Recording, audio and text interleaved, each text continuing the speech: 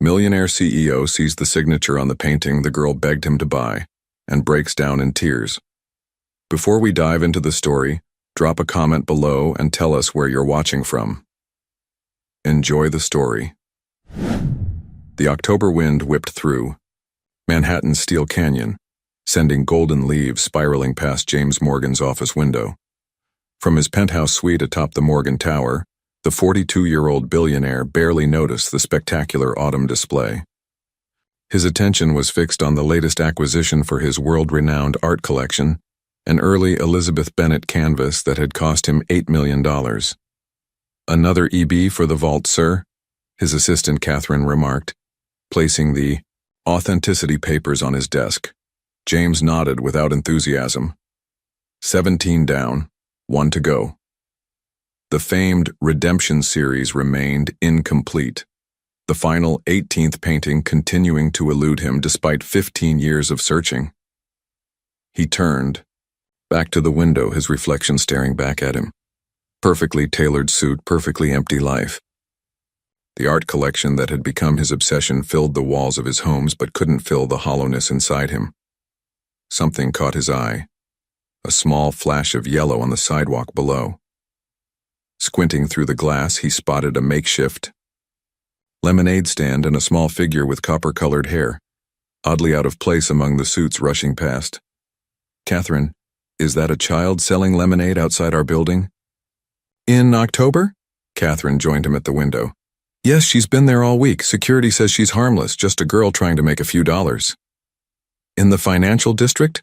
Hardly the place for a lemonade stand." As if sensing his gaze, the girl looked up. Even from 40 floors above, James felt the intensity of her determination. She held up a small sign he couldn't read, but her gesture was unmistakably directed at his window. "She's been asking if she could speak with you," Catherine added. "Security keeps turning her away." "Me? Why would she want to see me? Apparently she has something to sell you, not lemonade." James frowned. "How old is she?" "About 12, they think." Something about the girl's persistence nagged at him. "Tell security to let her up tomorrow. 10 minutes, that's all." Catherine raised an eyebrow but nodded. 10 minutes with James Morgan, you'll make her day. Little did he know that this encounter would completely transform his life. Hannah Wilson's hands trembled as the elevator climbed to the top floor of Morgan Tower. The security guard beside her stood silently, his earlier skepticism replaced with curiosity after his boss's unexpected summons. "Remember, kid, 10 minutes, he said as the doors opened to reveal a sleek reception area. Hannah clutched her canvas tighter, wrapped carefully in her mother's old scarf. "That's all I need." Catherine greeted her with professional politeness, eyeing the wrapped package. "Mr. Morgan will see you now."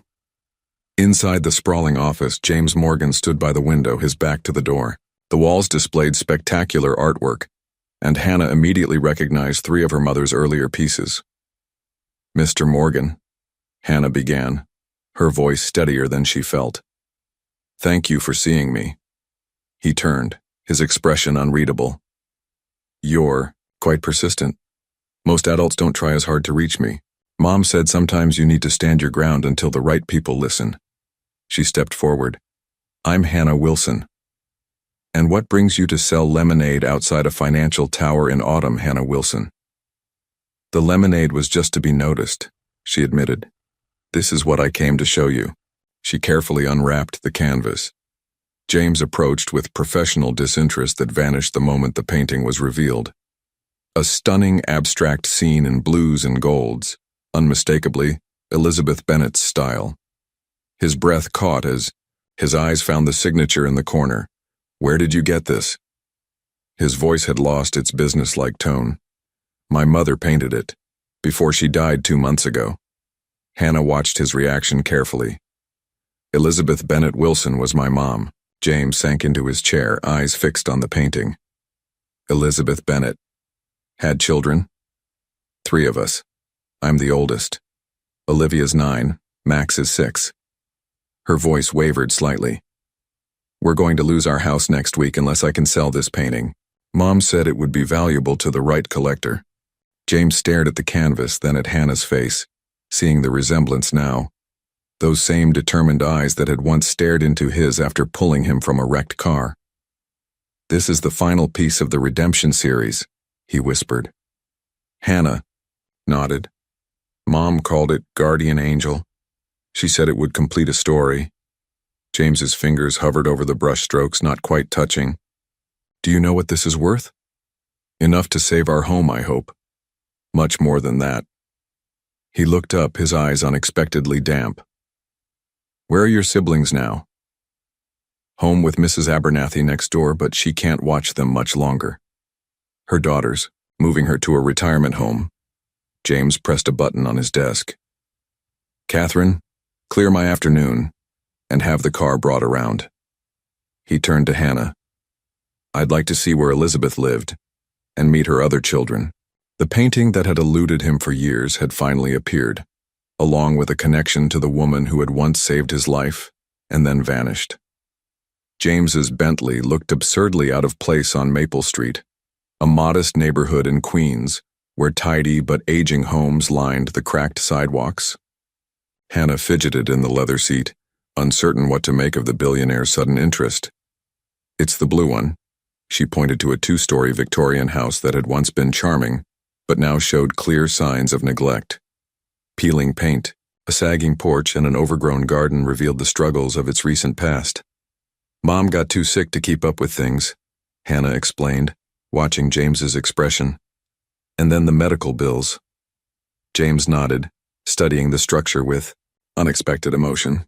"She lived here all this time." Inside, the contrast between neglect and care was striking. Though shabby, the home was meticulously clean. Faded furniture was arranged with purpose, and the walls, James noted immediately, were adorned with dozens of Elizabeth's sketches and smaller paintings, none valuable enough for galleries but exquisite in their intimacy. "Hannah, you're back early." A small girl with dark braids came running from the kitchen, stopping abruptly at the sight of the stranger. Behind her, a tow-headed boy peeked shyly. "This is Mr. Morgan," Hannah explained. "He's interested in Mom's painting." An elderly woman appeared from the kitchen, wiping her hands on a dishcloth. "Thank heavens you're here. I need to leave for my doctor's appointment." She eyed James suspiciously. "Who's this?" After brief introductions and Mrs. Abernathy's departure, James found himself seated at a worn kitchen table while Hannah made tea. Olivia watched him with undisguised curiosity, while Max remained half-hidden behind a doorframe. "Your mom was very talented," James said, trying to bridge the awkward silence. "She painted every day, even when she was sick," Olivia volunteered. "She said her hands needed to keep telling stories." Hannah placed a chipped mug before him. "The bank says we have to be out by Tuesday. That's why I've been trying to sell the painting." James sipped the too-sweet tea. "May I see the foreclosure notice?" Hannah produced a stack of official letters, watching as James reviewed them with growing concern. The situation was worse than he'd imagined. Not just a mortgage in default, but medical debt that had completely overwhelmed Elizabeth's modest estate. "How have you been managing?" he asked, noting the nearly empty refrigerator visible through the open door. "I babysit after school, and Olivia sells her friendship bracelets at the park." Hannah's matter-of-fact tone broke his heart. "Mom's health insurance ran out when she couldn't work anymore." James pulled out his phone, stepping away to make a call. When he returned, his decision was made. "Hannah, I'm going to buy your mother's painting. It's the final piece I've been searching for to complete an important collection." He wrote a check with more zeros than Hannah had ever seen. "This should cover the mortgage and leave enough for expenses until we figure out a more permanent solution." "We?" Hannah asked cautiously. "Your mother saved my life once," James said, glancing at the children's confused faces. "I owe her a debt I never repaid. Let me help now." As he prepared to leave, James paused before a small sketch near the door, a rough drawing of a car crash and a woman pulling a young man to safety. In the corner, Elizabeth had written, "The day everything changed." He touched it gently. "I'll be back tomorrow. We have much to discuss." True to his word, James returned the next day, his Bentley now less conspicuous among the delivery trucks unloading groceries, household supplies, and furniture at the Wilson home. He watched from the sidewalk as workers carried in new mattresses and a refrigerator. "You didn't have to do all this," Hannah said, appearing beside him with a clipboard. She'd taken charge of directing the deliveries with surprising efficiency.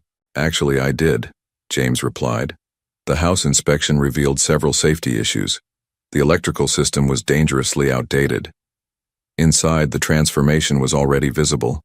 The pantry stood fully stocked. New linens brightened the EU bedrooms, and a team of workers evaluated the roof damage and failing furnace." Through it all, Olivia followed James like a shadow, her initial wariness replaced by fascination.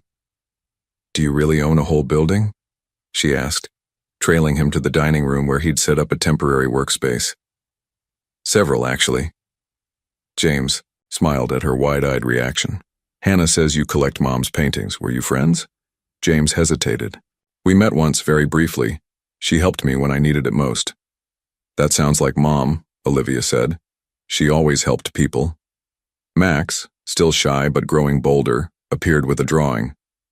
"I made this for you," he whispered, placing a crayon sketch of what James assumed was himself, a tall figure in a suit surrounded by colorful shapes. "Those are the paintings you collect," Max explained, pointing at the shapes. "Hannah told us."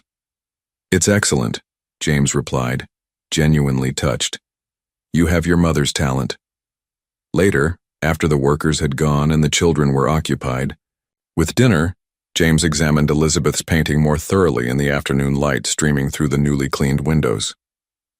The canvas depicted an abstract guardian angel watching over 3 small figures, with subtle elements that clearly connected it to the other 17 works in the Redemption series. But there was something else. Barely perceptible marks in the background that seemed intentional rather than decorative. Numbers, perhaps, or a coded message. She worked on that one for months, Hannah said, finding him lost in contemplation. Even when she could barely hold a brush. "It's masterful," James replied. "The final piece of a puzzle I've been assembling for 15 years. Hannah sat across from him, suddenly looking much older than 12. "You said my mother saved your life." "How?" James set the painting carefully aside. "It was 20 years ago. I just made my first million and was driving too fast on a rainy night, showing off my new sports car. I took a curve too quickly and crashed into a tree. The car caught fire." He rolled up his sleeve, revealing a burn scar. "I was trapped, losing consciousness. Then someone was pulling me out, dragging me to safety. It was Elizabeth. She was coming home from an art class, saw the crash and stopped. By the time the ambulance arrived, she was gone. But I saw her name on the police report. Started following her career. When her paintings began appearing in galleries, I bought them, one by one. The Redemption series especially. They spoke to me. But I never managed to find her personally to thank her." Hannah's eyes glistened. "She never told us that story. I became obsessed with completing her collections, especially after she stopped exhibiting new work. I never knew why she disappeared from the art world." "Cancer," Hannah said simply. "The first diagnosis came 5 years ago. She kept painting but stopped dealing with galleries. Said she didn't have energy for the business side anymore." James nodded slowly, pieces falling into place. "The last painting that appeared for sale was 3 years ago. That's when things got really bad. She needed expensive treatments, sold whatever paintings she still had directly to private buyers." James felt a wave of guilt. All those years, searching for her work, never knowing the artist herself was struggling, dying. "There's something else you should see," Hannah said, rising. She returned with a worn leather journal. "Mom's diary, she wrote about you." James accepted it with surprise. "About me?" "Not by name. She called you her angel investor. Someone who kept buying her work through different galleries, keeping her going." Hannah opened to a marked page. She knew it was the same person. She wrote that whoever collected the Redemption series understood something about her that no one else did. James read the passage, recognizing with astonishment that Elizabeth had been aware of him all along. His Anonymous purchases through various galleries and auction houses forming a lifeline she had recognized. "The 18th painting," he murmured. "She knew I was looking for it." Hannah nodded. "She finished it just before she died, said it would find its way to complete the circle." As Max and Olivia's laughter echoed from the kitchen, James realized that Elizabeth had entrusted him with far more than just the final piece of an art collection. The autumn days fell into an unexpected rhythm. James found himself spending more time at the Wilson home than at his penthouse. He'd set up a small office in the newly refurbished sunroom, taking video calls while watching Max construct elaborate block structures in the garden. The house itself was transforming. Contractors replaced the roof and aging plumbing. The electrical system was completely rewired and a security system installed. The painting that had brought him there remained carefully stored in a climate-controlled art carrier, waiting for proper authentication, though James needed no experts to confirm what his heart already knew. On this particular afternoon, James waited outside Westbrook Elementary School, feeling oddly nervous as parents glanced curiously at the billionaire sitting in his luxury car among their sedans and minivans. When the bell rang, Max burst through the doors, his face lighting up at the sight of James. "You came." He sprinted over, backpack bouncing. "I promised, didn't I?" James helped him with the seatbelt. "How was school?" "Ms. Peterson says I'm good at math," Max reported proudly. "And I told her about the painting that saved our house." James smiled at the child's simplification of their complex situation.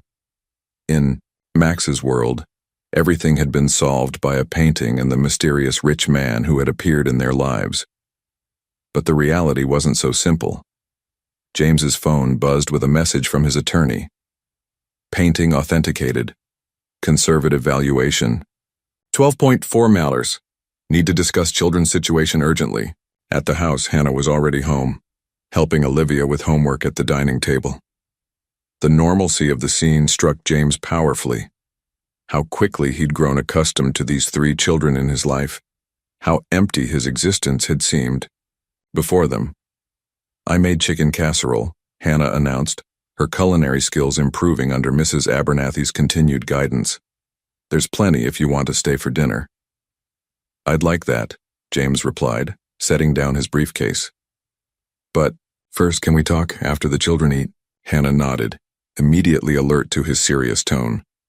Later, after Olivia and Max were engrossed in a movie, James and Hannah sat in the kitchen. He placed a folder on the table between them. "The authentication is complete," he began. "Your mother's painting is indeed the final piece of the redemption series. Its value is not significant." Hannah's eyes widened at the figure on the appraisal form. "That's life-changing," James finished. "Which brings us to an important discussion. The money I gave you initially was just to stop the foreclosure. This," he tapped the appraisal, "represents your mother's estate, which legally belongs to all three of you. I've set up a trust fund that will secure your future education and needs. But there's a more immediate concern." He took a deep breath. "Hannah, who has legal guardianship of you and your siblings," the girl's expression fell. "No one, officially. Mom didn't have any family except us. Mrs. Abernathy has been helping, but she's moving soon. That's what my attorney discovered. Without a designated guardian, Child Protective Services will eventually become involved. You could be placed in foster care, possibly separated." Hannah's composure cracked for the first time since he'd met her. "They can't separate us. We're all we have left of Mom." James reached across the table, gently covering her trembling hand with his. "There's another option. It's unconventional, but—" He paused, surprised by how much the answer mattered to him. "I could apply for guardianship. All three of you would stay together here in your home." Hannah stared at him. "You? But why would you want that responsibility? You barely know us." James considered his answer carefully. "Your mother changed the course of my life 20 years ago. Her art has been my only real connection to something meaningful, and now meeting you three." He gestured around the kitchen, where children's artwork hung alongside grocery lists. "This feels more like home than anywhere I've lived in decades. But you're James Morgan. You run a financial empire. An empire that means nothing without people to care about. The truth of his words struck him as he spoke them. I have resources, security, and connections that can give you opportunities. But you three have given me something I didn't know I was missing. Hannah studied him with those penetrating eyes, so like her mother's. What happens to Mom's painting? It belongs to your family, James said. The trust will manage it along with your mother's other works. Museums will want to exhibit the complete series, which would increase its value further. He hesitated. I would never separate you from your mother's legacy. Hannah was quiet for a long moment. I need to think about it, and talk to Olivia, and Max. Of course, there's no rush to... A sharp knock interrupted them. James opened the door to find a woman in a crisp suit holding an official-looking folder. I'm Claire Donovan from Child Protective Services, she announced, peering past him into the house. We've received a report about 3 minors living without proper guardianship. Hannah appeared behind James, her face tight with fear. Who reported us? The woman consulted her papers. A Sarah Bennett filed the concern. James felt Hannah stiffen beside him. Sarah Bennett? She whispered. Mom's sister, Hannah explained, her voice hollow. The one who hasn't spoken to us in years. The caseworker looked between them. And you are, sir? James Morgan, he replied, straightening to his full height. Family friend and financial trustee for the Wilson children. Well, Mr. Morgan, I need to conduct an evaluation of the children's living situation, particularly since it appears their aunt is now expressing interest in their welfare. As Claire Donovan stepped inside, James exchanged a worried glance with Hannah. The security they had begun building suddenly felt fragile. Claire Donovan spent 2 hours inspecting the Wilson home, making notes on her tablet and interviewing each child separately. James paced in the garden, making urgent calls to his attorney while trying to appear calm whenever the children looked his way. When Claire finally concluded her assessment, her expression had softened considerably. The home is certainly adequate, she admitted, reviewing her notes. Excellent, actually, and the children appear well cared for. They are, James assured her. I've made sure of it. Yes, but you have no legal standing, Mr. Morgan. And now that a relative has come forward. A relative who hasn't bothered to check on them in years, James interrupted. Who didn't even attend Elizabeth's funeral. Claire's professional mask slipped briefly. Unfortunately, blood relations typically receive preference in these situations, regardless of prior involvement. She tucked her tablet away. Ms. Bennett has requested a meeting with the children. She'll be flying in tomorrow. After she left, James found Hannah sitting on the porch swing, her mother's diary clutched to her chest. Aunt Sarah doesn't care about us, she said flatly. She and Mom fought all the time. She called Mom's art a waste of potential. James sat beside her. People can change. Not Aunt Sarah. She works for some big pharmaceutical company in California. The only reason she's interested now is because she found out about the painting. Hannah opened the diary. Look what Mom wrote about her last visit. James read the painful entry describing Sarah's criticism of Elizabeth's lifestyle and parenting choices. The final line was devastating. Sarah says I'm teaching my children to be dreamers instead of achievers. As if those things must be separate. We need to be prepared for tomorrow, James said gently. My legal team is working on guardianship, papers, but these things take time. Hannah looked up at him, vulnerability breaking through her usual composure. If she takes us away, will you still find us? Hannah, James said firmly, I will never lose track of you three. That's a promise. Inside, they found Olivia teaching Max how to fold paper cranes, the coffee table covered with colorful origami. Mom said if you fold 1,000, you get a wish, she explained when James asked about their project. What would you wish for? He asked. Olivia exchanged a glance with Max before answering. For everything to stay like it is now, with you here. That evening, after tucking the younger children into bed, James discovered Hannah in Elizabeth's old studio, meticulously arranging her mother's sketches. Mom organized everything chronologically, she explained.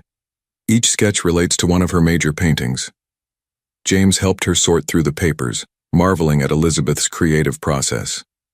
When they reached sketches related to the Redemption series, he noticed something curious: recurring symbols hidden in the backgrounds. These look like some kind of code, he observed, laying several sketches side by side. Hannah nodded eagerly. Mom loved puzzles and hidden messages, she said. Art should reveal itself in layers, like getting to know a person. Together they began analyzing the symbols, losing track of time until Max appeared in the doorway clutching his teddy bear.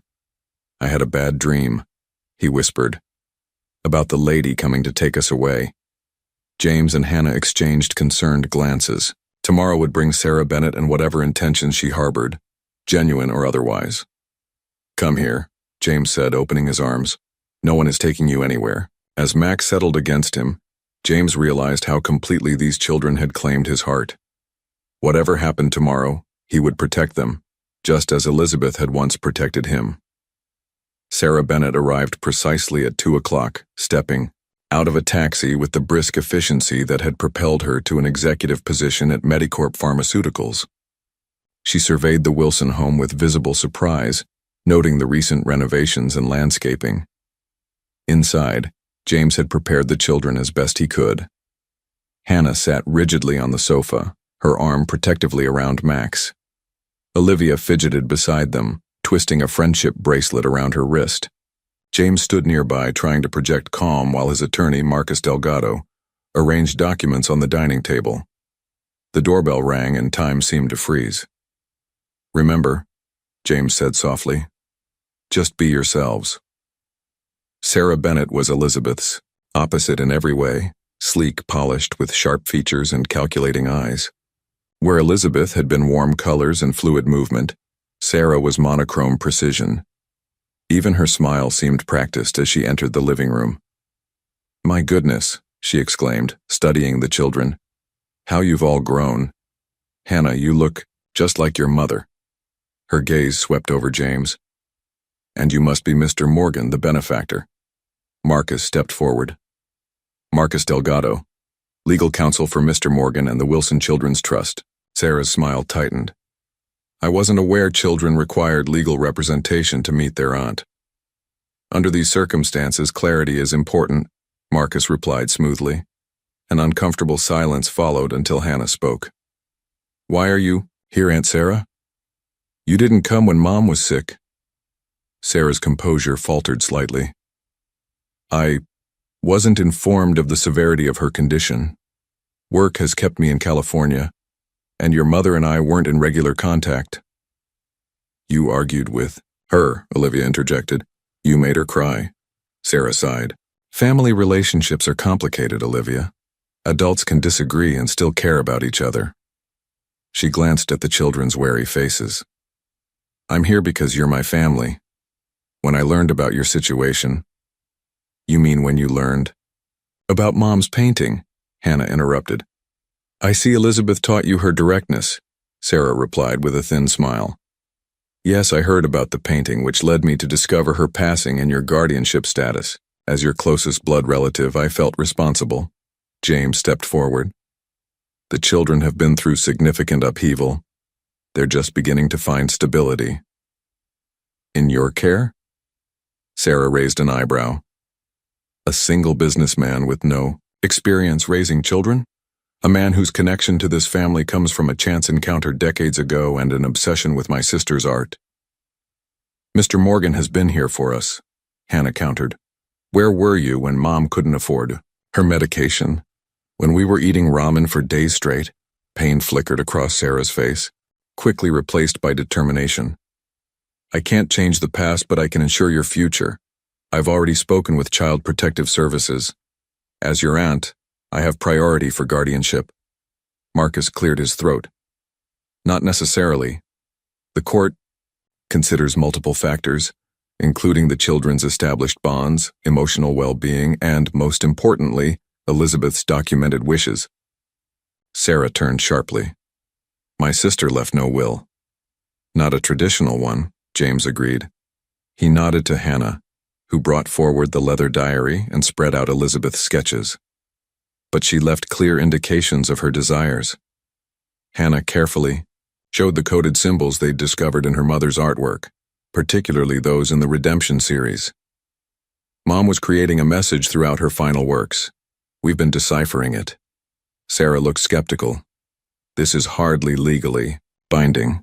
The court may disagree, Marcus replied, especially combined with Elizabeth's journal entries regarding your estrangement and her wishes for her children to remain together. I have no intention of separating them, Sarah protested. But you do intend to move them to California, James stated, watching her reaction. Away from their home, their school, their friends, away from their mother's final resting place. Sarah's composure cracked. I have responsibilities, a career. I can't simply relocate to Queens. And the painting? James asked quietly. What are your plans for Elizabeth's masterpiece? A telling pause. Naturally, it would be sold to provide for the children's future.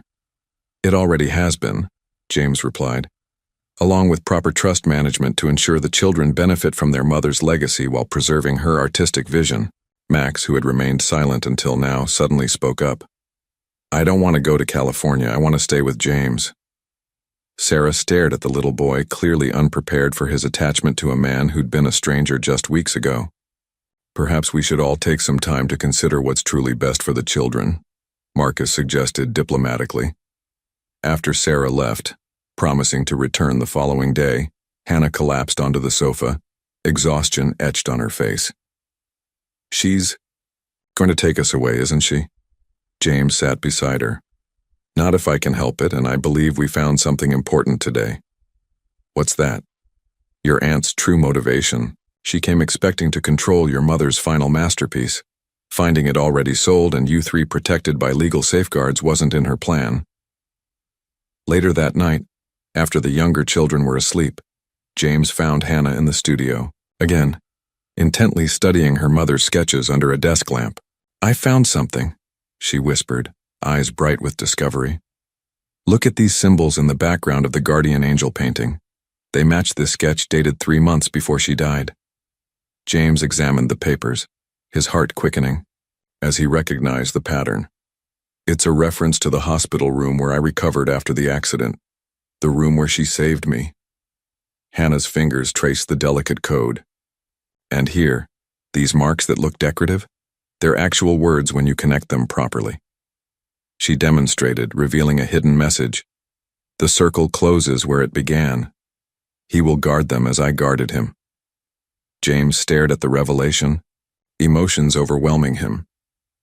Elizabeth had known all along, known who was collecting her work, understood the connection between them, and ultimately entrusted her children's future to the man whose life she had saved. Your mother planned this, he whispered. She knew somehow that I would find you. Hannah nodded, tears shining in her eyes. She was always 2 steps ahead of everyone. The scattered pieces were coming together, forming a picture of Elizabeth's final, most important work of art, creating a path for her children's protection after she was gone. Dawn found James and Hannah bleary-eyed but triumphant. They had spent much of the night piecing together Elizabeth's hidden messages scattered throughout her art. The dining room table was covered with sketches, journal entries, and photographs of paintings from James's collection. It's incredible, Marcus said, reviewing their findings over an early morning coffee. Elizabeth essentially created a visual will encoded in her art. Hannah nodded, pouring cereal for Max, who was watching cartoons. Mom always said art speaks when words fail. Will it be enough for court? James asked, rubbing his tired eyes. Combined with the children's clear preference and your established relationship, it strengthens our case considerably. Marcus organized the evidence into his briefcase. But Sarah has biological connection on her side, which courts typically favor. Olivia entered the kitchen, immediately sensing the tension. Is the mean lady coming back today? She's not mean, James corrected gently. She's your aunt, and she thinks she's doing what's best for you. But she doesn't know what's best, Olivia insisted. She doesn't know us at all. The doorbell rang, interrupting their conversation. James tensed, expecting Sarah, but instead found Claire Donovan from Child Protective Services. "Ms. Donovan, we weren't expecting you." "Surprise, visits are part of our assessment process," she explained, stepping inside. Her eyes caught the evidence spread across the dining table. "I see you've been busy." James and Marcus explained their discovery while Claire examined Elizabeth's coded messages with professional interest. When Hannah demonstrated how the symbols connected across different paintings, Claire seemed genuinely impressed. "This is unusual," she admitted. "In most cases, we have either a clear legal document or nothing at all. My mom wouldn't leave us without a plan," Hannah said with quiet conviction. "She just made it part of her art like everything else important." Claire spent the next hour observing the household routine, how naturally James helped Max with his shoelaces, the easy way Olivia showed him her school project, how Hannah coordinated with him on the day's schedule. It was clear to everyone that they had become a functional family unit. "Mr. Morgan," Claire said as she prepared to leave, "I'll include these observations in my report. The children are clearly thriving in your care." "And Ms. Bennett's claim?" Marcus inquired. Claire's professional mask slipped slightly. "Between us, her interest seems to have developed rather suddenly for someone who hasn't been involved in the children's lives." She hesitated. She did mention plans to list the house for sale if she obtains guardianship. Something about the real estate market being favorable. After she left, James paced the living room. "She wants to sell the house, Elizabeth's home, and take us to California," Hannah added, her face pale. "Not if I can help it," James promised, just as the doorbell rang again. This time it was Sarah, accompanied by a sharp-looking woman she introduced as her attorney, Patricia Wells. "I've been reviewing your situation," Sarah began without preamble, settling onto the sofa, "and I'm prepared to make a generous offer." "This isn't a business negotiation," James replied. "Everything's a negotiation, Mr. Morgan." Sarah nodded to her attorney, who opened a briefcase. "I'm willing to allow you visitation rights after the children relocate to California, even some input on their education." Hannah, sitting beside James, stiffened. "We don't want to go to California," Sarah continued as if she hadn't spoken. "Additionally, I understand your attachment to Elizabeth's artwork. I'm prepared to arrange for you to maintain possession of the final painting through a long-term loan agreement once it's been properly appraised and insured as part of the children's assets." Marcus leaned forward. "Ms. Bennett, the painting has already been authenticated and placed in trust for the children. Mr. Morgan has no personal claim to it." Sarah's practiced smile faltered. "I don't understand." "James bought the painting from us fair and square," Hannah explained. "Then he put the money in a trust for us. He doesn't own it, and neither do you." "That's impossible." Sarah turned to her attorney. "The painting is worth millions, which is precisely why it's being professionally managed for the children's benefit," Marcus interjected, "along with provisions for maintaining their home and education." Sarah's composure cracked. "This is ridiculous. They're children. They can't manage." "They aren't managing anything," James interrupted. "That's what trustees are for. Your sister ensured her legacy would support her children, not be liquidated for someone else's convenience." "Patricia." Wells touched Sarah's arm, whispering something that made her reluctantly fall silent. "Perhaps we should move this discussion to the preliminary hearing tomorrow," the attorney suggested smoothly. "The judge will want to hear directly from the children about their preferences." After they departed, James found Hannah in her mother's studio again, sitting cross-legged before the final painting. "Are you worried about tomorrow?" he asked, joining her on the floor. "A little," she admitted. "Aunt Sarah is pretty convincing." "She is," James agreed. "But remember what your mother wrote in her journal. Truth reveals itself in time, like layers of paint building a complete image." Hannah smiled slightly. "You memorized her words." "Some of them," James acknowledged. "They've become important to me." He hesitated. "Hannah, regardless of what happens tomorrow, I want you to know something. These past weeks with you, Olivia, and Max have been the most meaningful of my life. Even with all the problems, and the macaroni and cheese dinners." "James." Laughed, especially those. For years I've collected beautiful things, thinking they would fill the emptiness I felt. But it wasn't things I needed. It was people, Hannah finished. Mom used to say that too.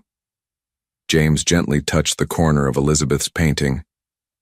Your mother saved me twice, once from the car accident and now from a life without meaning. He looked at Hannah earnestly. Whatever the judge decides, we're connected now.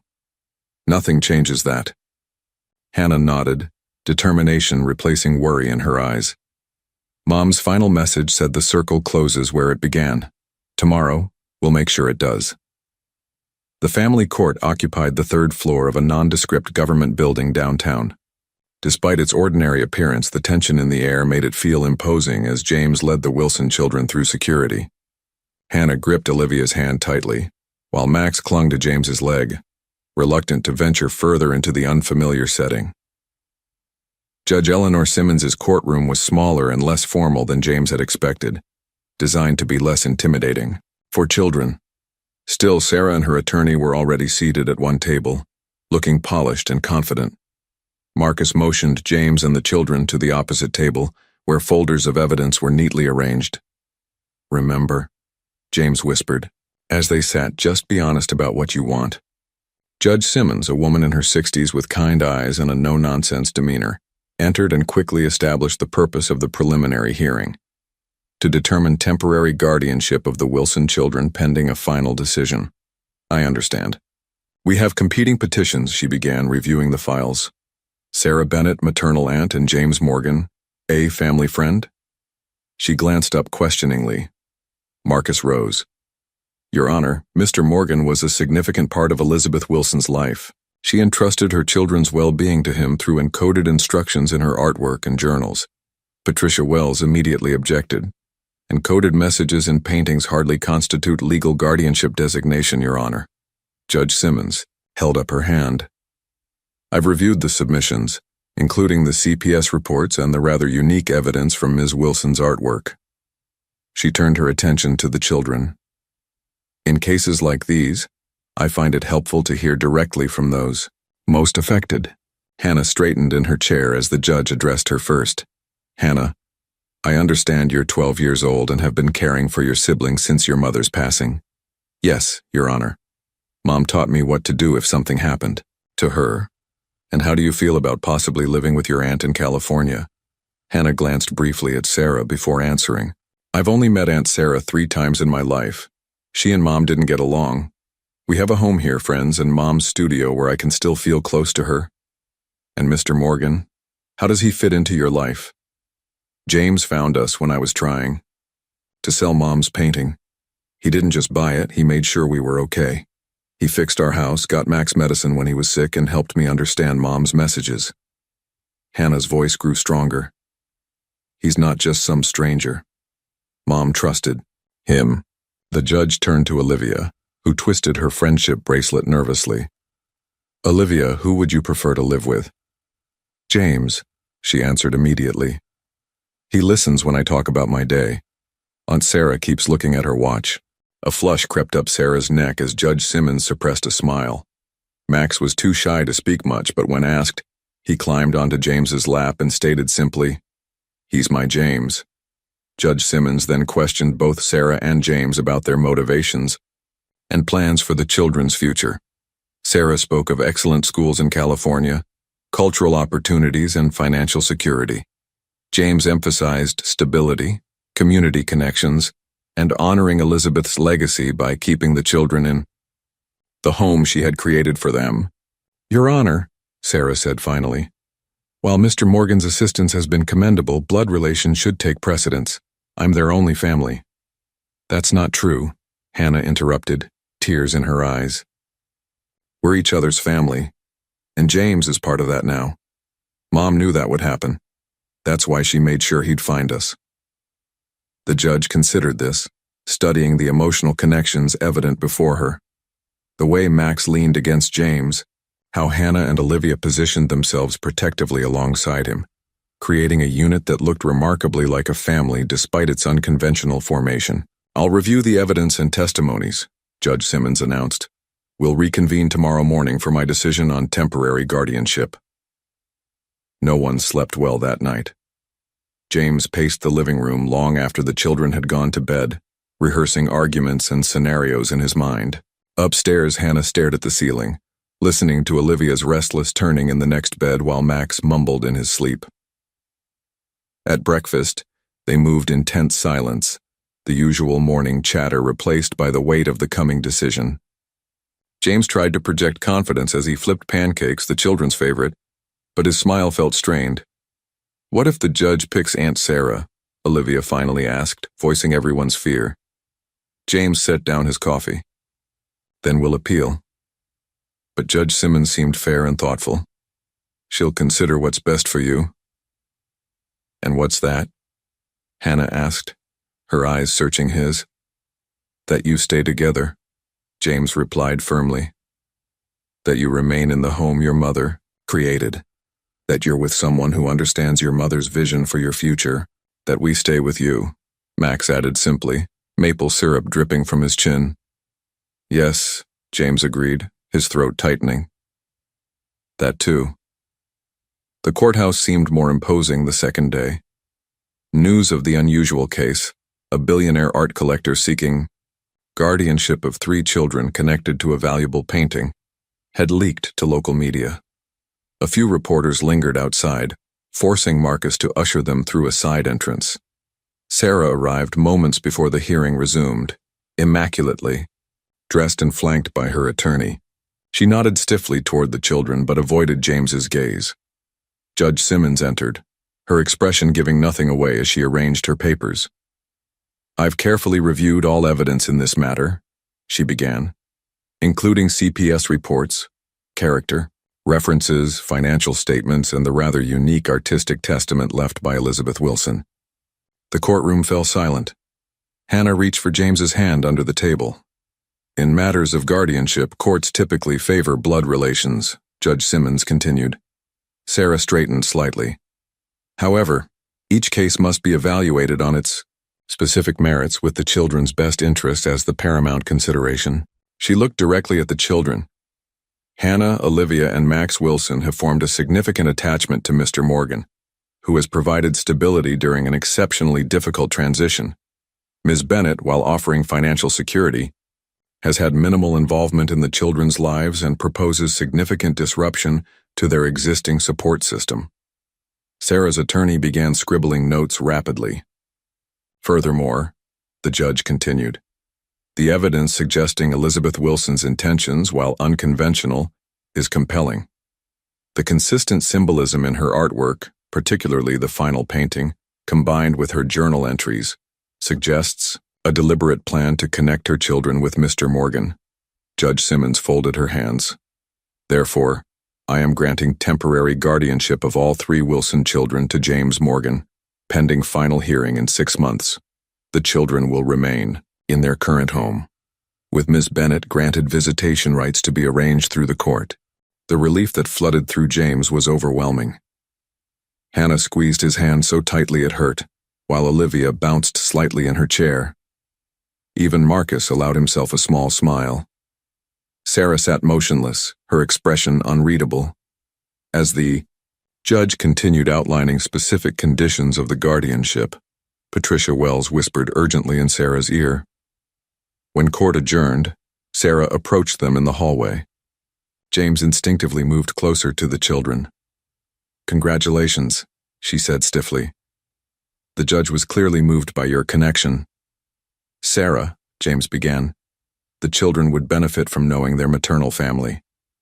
I hope you'll still be part of their lives." Something flickered in her eyes, hurt perhaps, or regret. "They barely know me." "That could change," Hannah offered unexpectedly. "Mom would have wanted us to know you, even if you didn't always get along." Sarah glanced at her niece, surprise softening her features. "Perhaps you're right." She straightened her jacket. "I need to return to California, but I'll be in touch." As they watched her walk away, Marcus cleared his throat. A better outcome than expected. She didn't contest the temporary ruling. "Will," She fight the permanent one? James asked quietly. Time will tell, Marcus replied. But judges rarely reverse temporary placements that are working well. Outside, the October sunshine felt especially bright. Max ran ahead to the car, his earlier fears forgotten, while Olivia chattered about decorating her room, permanently now. Hannah lingered beside James. Mom was right, she said, looking up at him. The circle did close where it began. James nodded, understanding perfectly. Your mother saved me 20 years ago. Now I get to return the favor by taking care of what she loved most. Together they walked toward the waiting car and the home that had become theirs. The next 6 months transformed the Wilson house in ways, both subtle and profound. What had once been Elizabeth's studio gradually became a shared creative space. Hannah discovered her mother's talent had indeed passed to her, as she filled sketchbooks with increasingly confident drawings. Olivia commandeered one corner for her science experiments while Max's side overflowed with Lego constructions and model dinosaurs. James, who had once occupied a sterile penthouse without a single family photo, now found himself surrounded by evidence of vibrant life, homework on the refrigerator, mismatched socks in the laundry, and the constant symphony of children's voices. On this particular evening, Hannah found him in the dining room, surrounded by documents. More guardianship. Paperwork? She asked, sliding into the chair beside him. Actually, something different. James pushed a folder toward her. The Carmichael Museum wants to exhibit your mother's complete redemption series, including the final painting. Hannah's eyes widened. A whole exhibit just for Mom's work? The curator calls it a significant rediscovery. They're particularly interested in the coded elements we found. James hesitated, but it would mean lending them the guardian angel painting. I wanted to discuss it with you first. Hannah considered this carefully.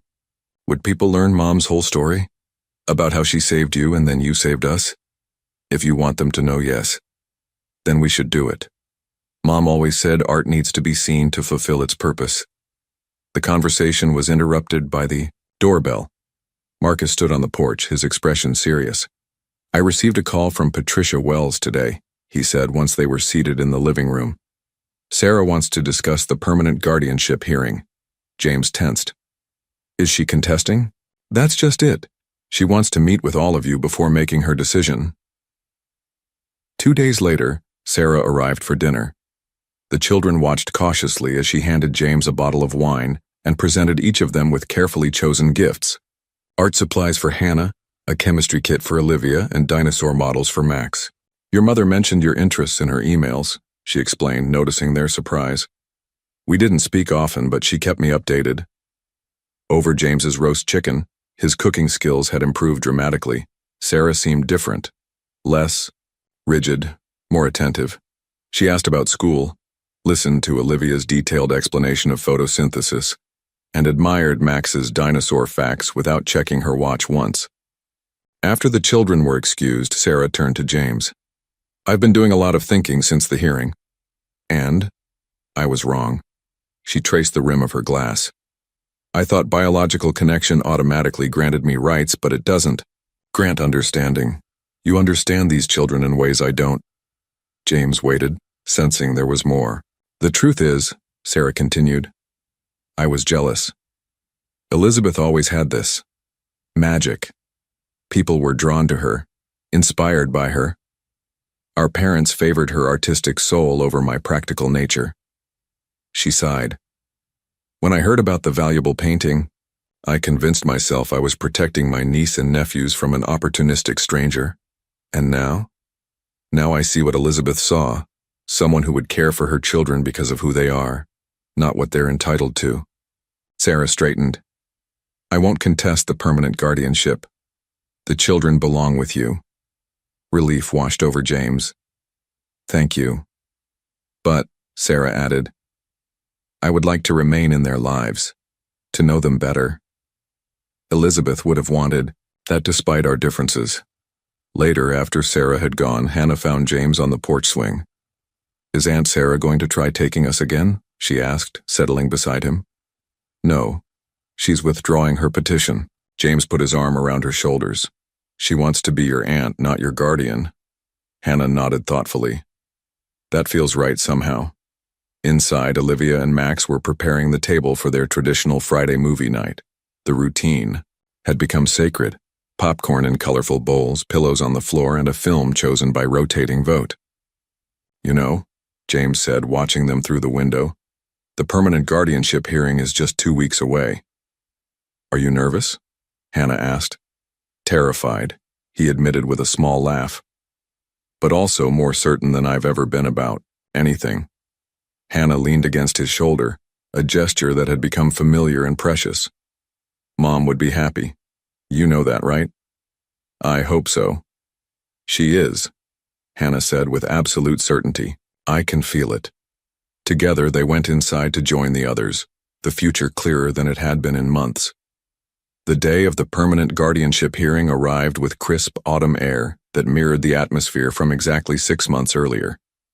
The trees that had been budding with spring promise now blazed with fall colors, a cycle completed. James adjusted Max's bow tie in the hallway outside the courtroom. The boy had insisted on dressing like James for the important occasion and now fidgeted in his miniature suit and polished shoes. Do I look proper? Max asked seriously. Extremely proper, James assured him, suppressing a smile. Hannah and Olivia waited nearby in carefully chosen dresses, Hannah's hair braided elaborately by Sarah the previous evening. Their aunt had become a regular presence in their lives, weekend, visits, video calls, even attending Olivia's school science fair. The transformation in their relationship had been gradual, but genuine. Everyone ready? Marcus approached, carrying his briefcase. Judge Simmons is known for punctuality. Inside the courtroom, James was surprised to see several unfamiliar faces. In addition to Sarah and her attorney, the back row held Mrs. Abernathy, Claire Donovan from CPS, and even Catherine, James's longtime assistant. Quite the support team, Marcus remarked. That's favorable. Judge Simmons entered, acknowledging the familiar faces with a slight nod before beginning proceedings. We're here to determine permanent guardianship for Hannah, Olivia, and Max Wilson, she stated. I've reviewed the reports from the temporary placement period, which appear overwhelmingly positive. She glanced at her notes. Miss Bennett, I understand you've withdrawn your petition for guardianship? Sarah stood. Yes, Your Honor. After careful consideration, I believe Mr. Morgan is best suited to raise my sister's children. I fully support his petition for permanent guardianship. The judge raised her eyebrows, clearly surprised by this unambiguous endorsement. That's a significant change from your previous position. I've had the opportunity to observe Mr. Morgan with my nieces and nephew, Sarah explained. His commitment to their well-being is extraordinary. More importantly, the children are thriving in his care while maintaining their connection to their mother's memory and home. Judge Simmons turned to Claire Donovan, who confirmed that all follow-up assessments had been exemplary. The children have shown remarkable emotional stability considering their loss. Their academic performance has improved, and they've maintained healthy friendships and community involvement.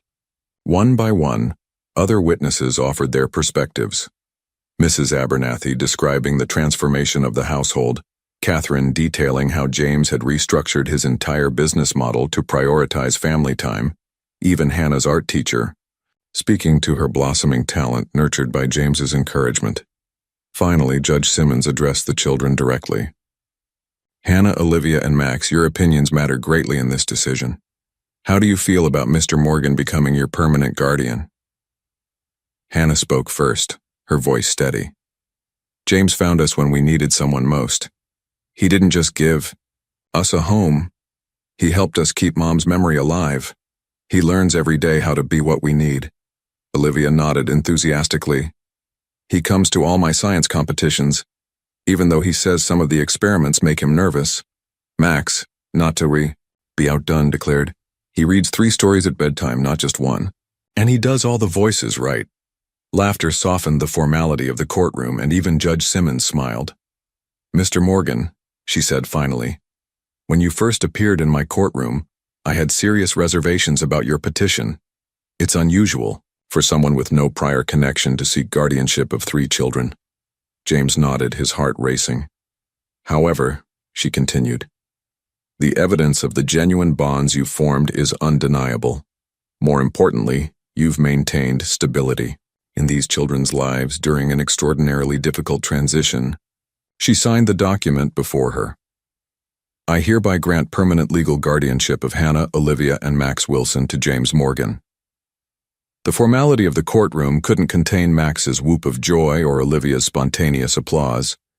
Hannah simply reached for James's hand, squeezing it tightly as tears slipped down her cheeks.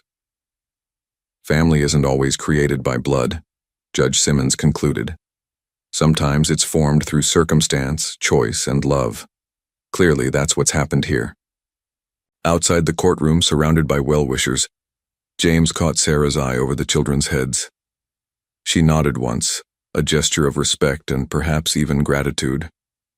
They had both found their proper places in these children's lives, different roles but each important in its own way. That evening, the house on Maple Street glowed with celebration. Friends filled the renovated rooms and the dining table overflowed with food. In the center stood a cake decorated with sunflowers, Elizabeth's favorite and the symbol that had connected them all.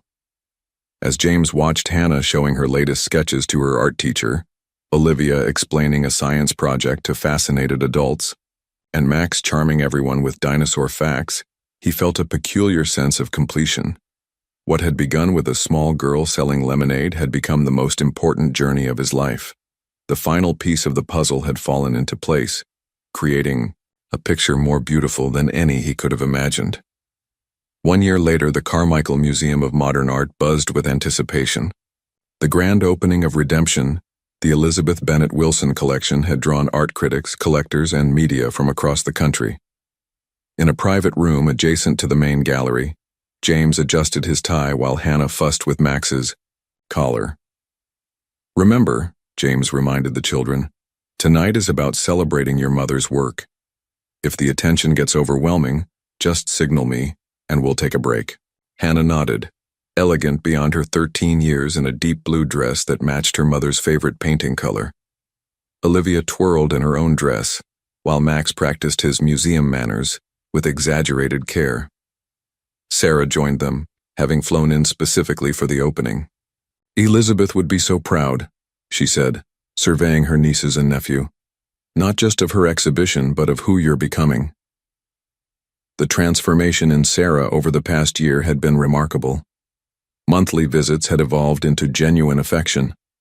She'd become the fun aunt who brought exotic souvenirs from business trips and maintained a separate room in her California home for their summer visits. It's time, announced the museum director, Catherine Wilson, no relation, ushering them toward the entrance. Mr. Morgan, would you and the children do the honors? Together, they cut the ceremonial ribbon.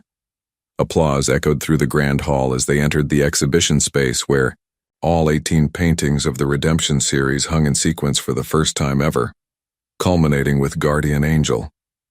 Art critics moved slowly through the exhibition, murmuring appreciatively about Elizabeth's technique and vision. Information panels beside each painting explained not only the artistic elements, but also the hidden code that Elizabeth had embedded throughout the series, the story of salvation, protection, and legacy that had ultimately saved her children. Mr. Morgan, called a journalist, is it true you discovered the final painting through pure chance? James smiled, his arm protectively around Max's shoulders. There was nothing chance about it. Elizabeth made sure her work would find its way to complete the circle. And now you're raising her children, another reporter observed. That's quite a responsibility for someone who was previously known for corporate acquisitions rather than family life. Hannah stepped forward before James could respond. Our mom knew exactly what she was doing, she said confidently. She chose James long before we met him. The confidence in her voice silenced further questions. The family continued their circuit of the gallery, pausing longest before the final painting. Guardian Angel had been positioned as the culmination of the exhibit, with Elizabeth's decoded message presented alongside it, explaining how she had saved a young man's life after a car accident, and how years later, He would become the guardian of her greatest treasures. In front of this painting, a small crowd had gathered, drawn by both its artistic merit and the poignant story behind it. "Is it strange?" Sarah asked James quietly, watching the visitors admire her sister's work. "Sharing something so personal with the public?" "Elizabeth deserves recognition," James replied. "Her art was meant to be seen, and this way her story lives on." As the evening progressed, Hannah found a moment alone with James in a quiet corner of the gallery. "I've been thinking about something," she said, suddenly serious. "What's that?" "About names. We're still the Wilsons and you're still Morgan." James nodded cautiously. "That's right. But we're a family now, legally and everything." Hannah twisted her program nervously. "What would you think about, maybe, us having the same name? Either way could work. We could be Morgans, or you could be a Wilson." James felt his heart swell, with emotion he couldn't quite contain. "Hannah, are you asking if I'd consider adopting you and your siblings?" She nodded, watching his face anxiously. "Is that weird? After everything's already settled with the guardianship?" "Not weird at all," James assured her, voice thick with emotion. "It would be the greatest honor of my life." Across the gallery, Olivia had charmed a group of art patrons with her intelligent observations, while Max proudly pointed out hidden symbols he'd helped discover in his mother's work. Sarah chatted amicably with Marcus about the children's trust fund and future educational plans family. Not formed in the conventional way, but no less real. No less profound. As Hannah rejoined her siblings, James gazed at Elizabeth's final painting, the guardian angel watching over 3 small figures, and whispered a silent thank you to the woman who had saved him twice. Once from a burning car, and then from an empty life devoid of love. The adoption proceedings were remarkably straightforward compared to the guardianship battle of the previous year. On a bright spring morning, James and the children entered the family court, the same one where Judge Simmons had granted permanent guardianship, with an atmosphere of celebration rather than anxiety. "Wilson Morgan or Morgan Wilson?" Olivia debated as they waited in the hallway. "I've been practicing my signature both ways." "What about just Morgan?" Max suggested, swinging his legs from the bench. "It's shorter to write on school papers." Hannah remained thoughtful. "Mom would want us to choose what feels right to us." Judge Simmons welcomed them with genuine warmth when they entered her courtroom.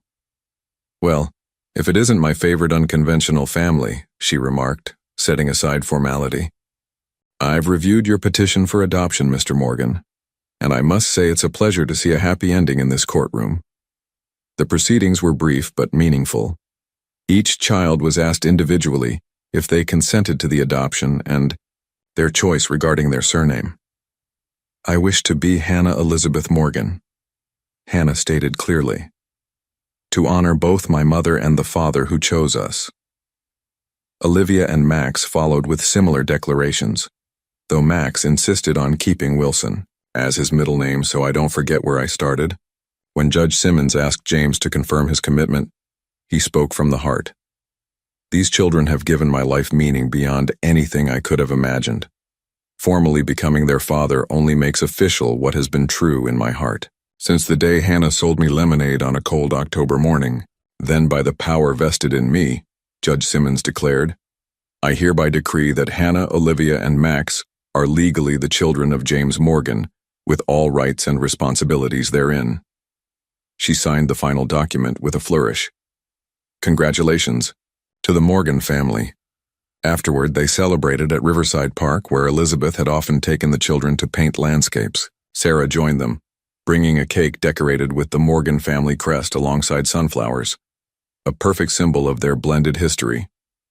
"I have news," Sarah announced as they enjoyed their picnic. "I've accepted a transfer to the New York's office. I'll be moving here next month." "You're moving to New York?"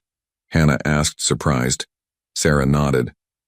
"I've realized what I've been missing by prioritizing work over family.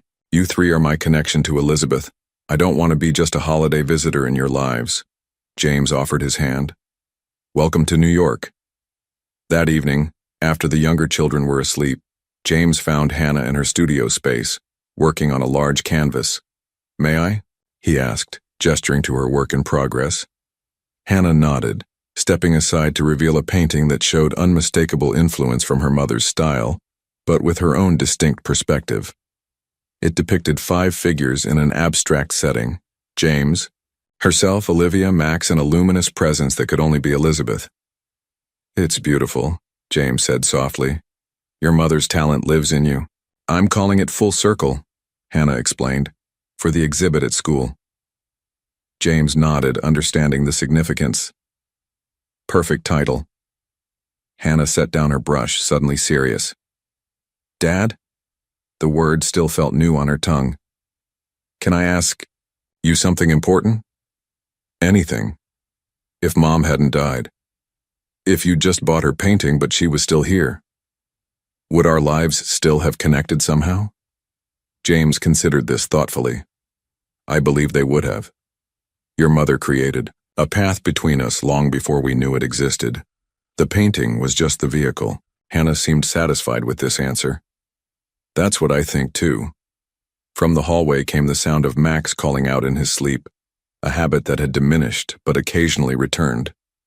James squeezed Hannah's shoulder before going to check on him.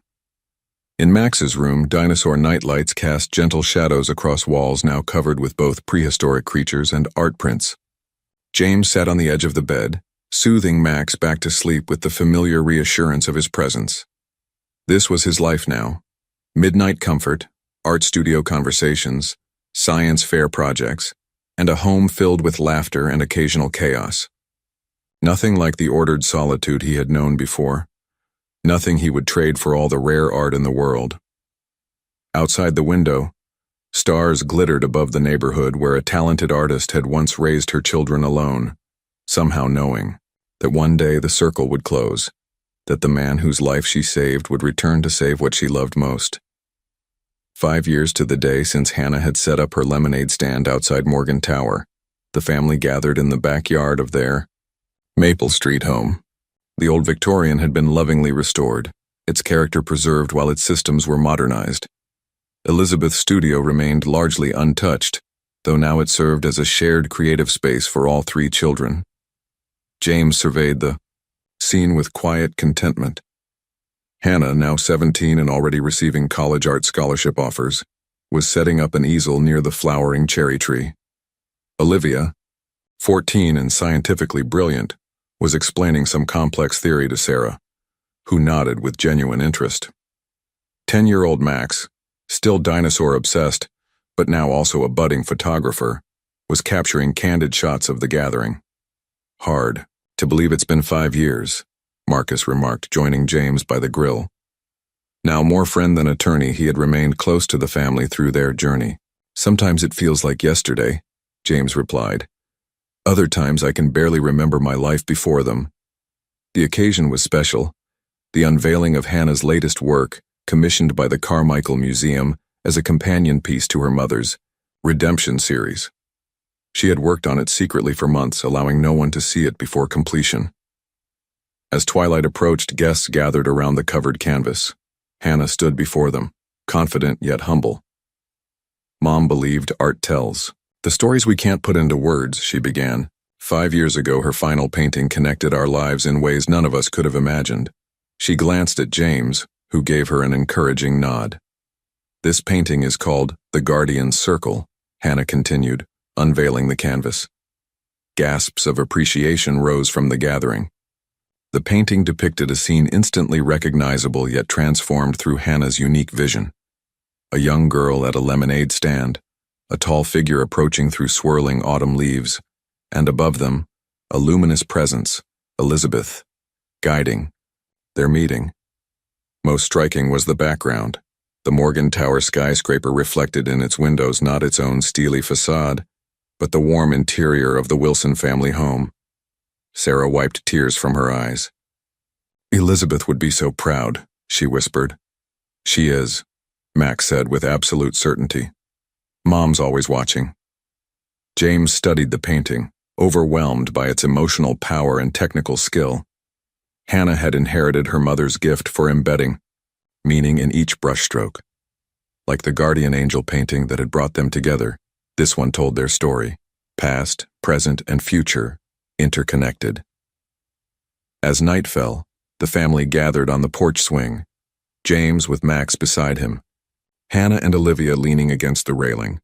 Above them, stars emerged in the deepening blue. "Dad?" Max asked. "Do you think some things are meant to happen no matter what?" James considered the extraordinary chain of events that had brought them together.